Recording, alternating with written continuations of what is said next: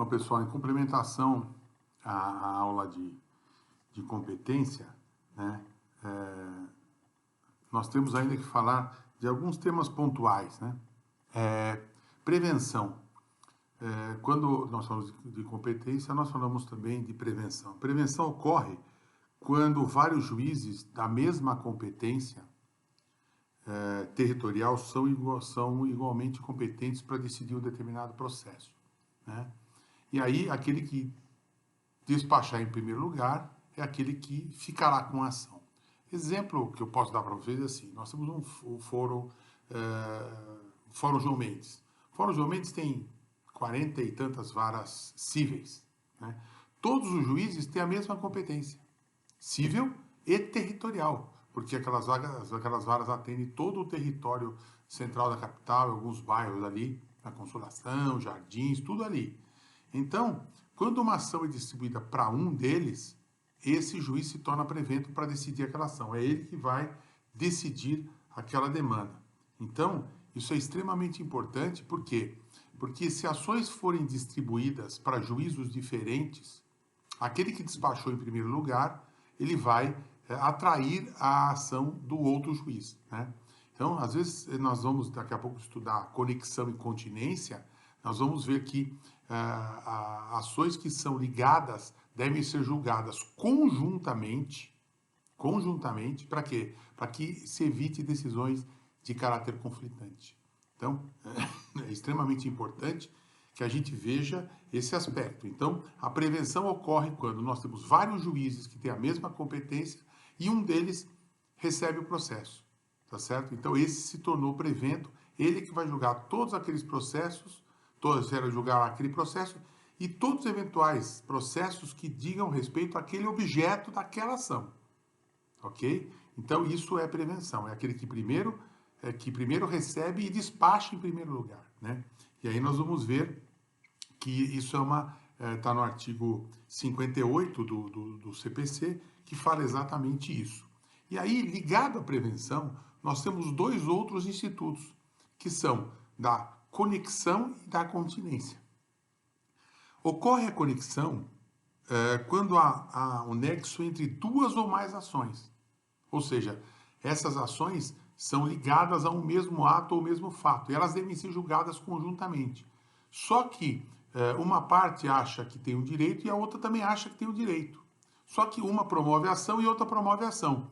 E na hora da distribuição, que ela é feita aleatória por computador, uma vai para uma vara e outra vai para outra. Aí o autor dessa ação terá como réu o autor da outra e vice-versa. E agora, essas ações têm que ser julgadas conjuntamente. Para quê? Para evitar uma decisão conflitante. Então, a conexão ocorre quando o anexo entre duas ou mais ações nas seguintes hipóteses, né? Que seja o mesmo pedido e a mesma causa de pedir, né? Então, reconhece essa conexão. E aí, a distinção fica feita por aquele que despachar em primeiro lugar. Isso é extremamente importante para a gente entender o quê? Que as decisões conflitantes, quando ocorrem, elas geram uma nulidade. Porque o que eu vou cumprir? Eu vou cumprir a decisão de um juiz ou de outro juiz, se elas forem antagônicas e referentes ao mesmo objeto e à mesma causa de pedir. Então, isso é muito importante que a gente se atente. Um exemplo clássico é o seguinte: contrato de locação. Proprietário, locador e locatário, né? O dono do imóvel locador, locatário e inquilino. Vejam bem, o locatário para de pagar o condomínio, a locação. O que o proprietário faz, o locador? Ele entra com uma ação de despejo, dizendo o seguinte: olha, o réu não paga há 3 meses, então eu quero o despejo dele, porque ele não paga o aluguel. Na mesma época, o réu locatário propõe uma ação de consignação em pagamento para depositar em juízo os aluguéis, dizendo o seguinte: eu não estou pagando porque ele não está recebendo de propósito para causar o meu despejo. ok? Então, despejo e consignação. O proprietário distribui como autor a ação de despejo e o réu, autor da consignação, distribui a consignação. Vai um para um juiz, outro para outro juiz. Ok? Esses pedidos são antagônicos por quê? Eles dizem respeito ao mesmo contrato de locação, mas são antagônicos. Por que razão? Porque, na verdade, se o juiz A decreta o despejo, o B vai ter que sair do imóvel. Se por acaso o juiz da consignatória diz, não, realmente, ele depositou certinho, eu não vou decretar o despejo, ele fica no imóvel. Então nós vamos ter possivelmente uma decisão que diz, olha, você tem que deixar o imóvel, você tem que sair do imóvel. Como é que se coaduna isso? Como é que nós juntamos uma decisão na outra? Totalmente impossível. Elas serão antagônicas, portanto, uma delas terá que ser anulada. Ou as duas, provavelmente. E aí, o que nós vamos ter? Nós temos justamente o Instituto da Conexão. Ou seja, o juiz vai ter que, um juiz só, vai ter que analisar.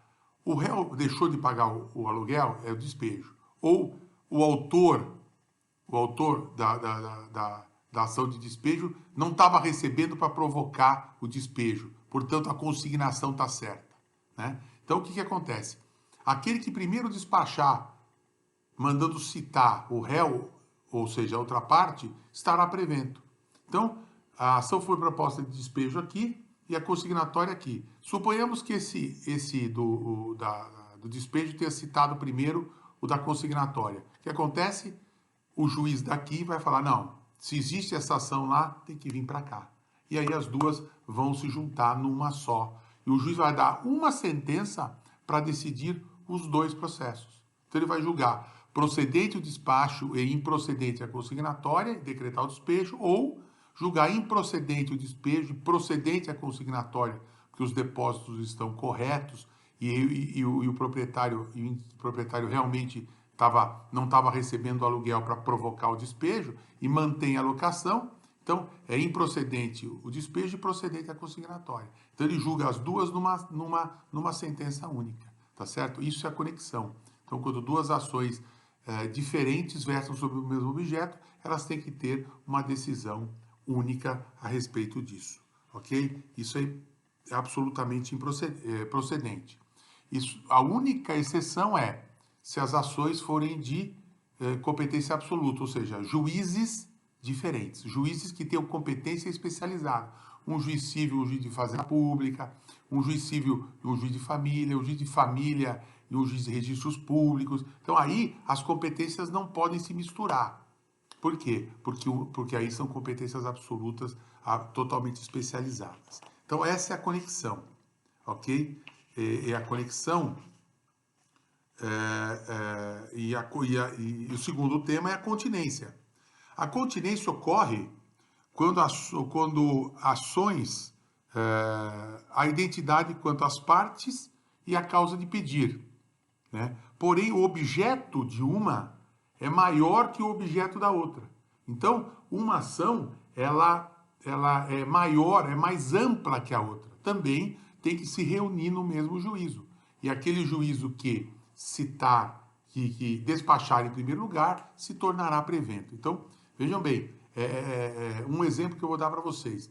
Numa ação se discute uma propriedade maior, autor contra réu. Na outra, o réu contra o autor, numa outra ação se discute parte desse todo. Ora, se numa ação eu discuto tudo e numa outra ação eu discuto um pedaço, esse aqui diz que é dono de tudo e esse aqui diz que é dono de um pedaço, se esse que diz que é dono de tudo ganhar e esse diz que é dono de um pedaço ganhar, como é que fica? Conflitante, porque esse pedaço está dentro desse todo. Se ele está dentro do todo, esse aqui não poderia ficar com tudo. Então, o que acontece? É uma ação, a continência é uma ação que engloba a outra. O objeto de uma é mais amplo, é maior que o objeto da outra. Então, aqui eu discuto 100 mil metros e aqui eu discuto 10 mil dentro dos 100 mil. Então, eu tenho que fazer o quê? Eu tenho que reunir para dizer se esse pequeno pedaço deve ser destacado para um ou se ele pertence o todo a uma determinada parte. Então, a continência existe também para reunir os processos para evitar decisões conflitantes. Porque imaginem, se o juiz diz o seguinte, olha, aqui vocês vão ver totalmente, essa área é do A, e o outro diz, esse pedacinho é do B, dentro do A, o todo não pode ser do A, se esse pedacinho é do B. Então, por isso as ações serão juntadas, justamente para poder haver uma decisão única, uma sentença só, dizendo, olha, aqui está, é assim que vai ser, certo? Então, aquele que primeiro despachar, comunica o outro e a ação do outro vem para esse, ou desse vem para esse, tá? E aí fica um juiz só, com uma competência só, para poder decidir. Volto a dizer, se as competências forem absolutas, é impossível. Só se admite incompetência relativa, né? E para encerrar essa parte de competência, nós vamos falar da prorrogação de competência. O que é a prorrogação de competência? Isso aí eu já falei lá atrás, mas vou repetir. Prorroga a competência quando o juiz tem competência relativa e o réu da ação não comunica ao juiz que o domicílio dele é em outro lugar. E aí o juiz que está com a ação permanece. Por quê? É aquilo que eu falei para vocês. O autor propõe uma ação contra o réu. E o réu mora em Pinheiros. E o autor mora no centro. E aí o autor, por comodidade, ele propõe ação no centro. E o réu é citado lá em Pinheiros, onde ele mora, só que ele não fala para o juiz. Ele fala assim, olha, ele não entra com exceção de incompetência dizendo, olha, eu sou o réu, sou domiciliado em Pinheiros, então essa ação tem que ser remetida para Pinheiros. Por quê? Porque a competência é relativa e eu estou arguindo a incompetência do juízo para encaminhar para Pinheiros. Ok? Se ele fizer isso, tudo bem. E se ele não fizer? Se ele não fizer, ele aceita a competência do juiz da qual foi proposta a ação. E ele tem um prazo para fazer isso. Esse prazo é o prazo da defesa, prazo de apresentar a contestação. Se até a contestação ele não arguir essa incompetência, prorroga a competência e o juiz, que era incompetente, passa a ser competente. Mas a competência relativa, ou seja, não é em razão da matéria. Okay? A competência é relativa, ok? Então, é assim que eu acho que a gente coloca essa prorrogação de competência como um fator extremamente importante, né? Essa prorrogação, ela é evidentemente voluntária quando a parte ela não argue. Ela fala assim, não, deixa prorrogar, eu não vou arguir exceção de incompetência, tá certo? E a segunda é a prorrogação legal, quando a própria lei determina a união dos processos por força de uma imposição processual, como nas ações, por exemplo, acessórias, né? Aquelas que eu falei, daquela cautelar, por exemplo, é uma ação acessória.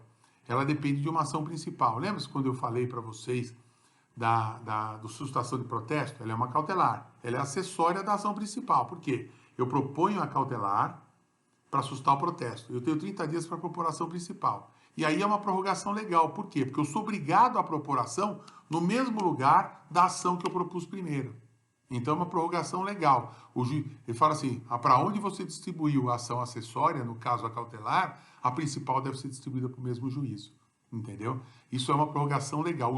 A própria lei determina para onde essa ação deve ser distribuída, né? A voluntária não. Houve a distribuição, tá certo? E o juiz aceitou e não houve apresentação da exceção. E ela será legal quando a lei assim o determinar. Isso é extremamente importante. Ou seja, quando houver uma imposição legal. Outro exemplo que eu posso dar, que eu já dei, é o da reconvenção. A ação é a proposta do autor contra o réu e a reconvenção, dentro do mesmo processo, é do réu contra o autor. E a lei fala, a reconvenção será apresentada no mesmo juízo da ação principal. Por quê? Porque elas são conexas. E aí elas irão para o mesmo juízo, ok? Então, aqui nós encerramos a parte de competência, ok? E aí passaremos, então, na próxima aula, a falar de outros aspectos.